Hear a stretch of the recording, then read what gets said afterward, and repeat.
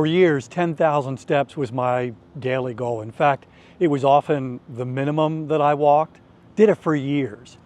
And then when I learned the origin of 10,000 steps as a daily goal, my reaction was, really? Really? That's why?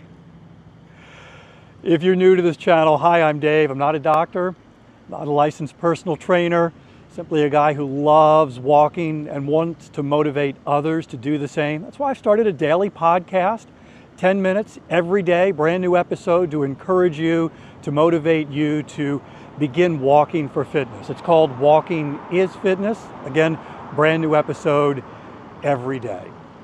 So in 1964, the Summer Olympics was held in Japan.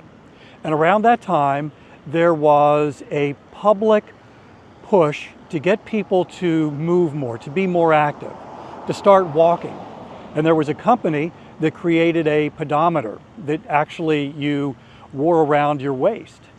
And they were trying to decide a name for it. Turns out that in Japan, the character for 10,000 kind of sort of looks like a person walking. Seriously. And so they used that character and called it a 10,000 step meter. And it became this huge marketing campaign to get people to buy this pedometer and start walking and to make 10,000 steps their daily goal. And the marketing campaign was hugely successful, massively successful. People bought the pedometer, they started walking 10,000 steps a day. Fast forward to when the step trackers became really popular and I got my first Fitbit, it was sort of the assumed goal. You have a Fitbit, you have a step tracker, you're going to walk 10,000 steps a day. And so that's what I did for years. Never even gave it a second thought as to why. I just assumed there was a lot of research and science behind it. But people started asking that question. Why 10,000? Why 10,000 steps?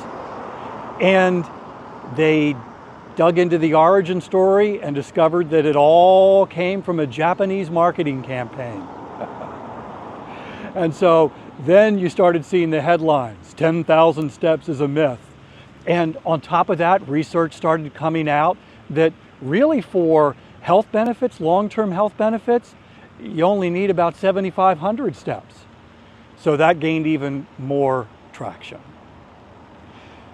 Over time, the researchers, the scientists have begun looking at 10,000 steps as a goal. The thing about research is it's not something that takes a short amount of time. You don't get 10 people together for a weekend and give them a Fitbit and say, here, walk 10,000 steps. And at the end of the weekend, nobody died. It's a great goal.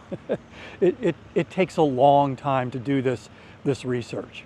And we are starting to see some research now come out about 10,000 steps as a goal. And it turns out there is some additional benefits that you get walking 10,000 steps as opposed to 7,500. Probably the most encouraging, at least for my family, is that 10,000 steps, it's actually 9,800 steps. 10,000 steps can drop your risk of dementia by almost 50%, which means a lot to our family. My wife, Ava, her father has Alzheimer's, her grandmother had dementia, and so this research actually is personal for us, and it is very encouraging. But the thing is, you don't need 10,000 steps to get huge health benefits, to lower the risk of all kinds of diseases by walking every day. You don't need 10,000 steps. 10,000 steps is a good goal. You can get additional benefits by going from 7,500 steps to 10,000 steps a day, but you don't need 10,000.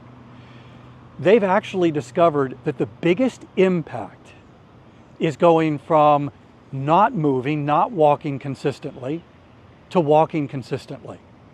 It's in that initial 10, 20, 30-minute walk every day.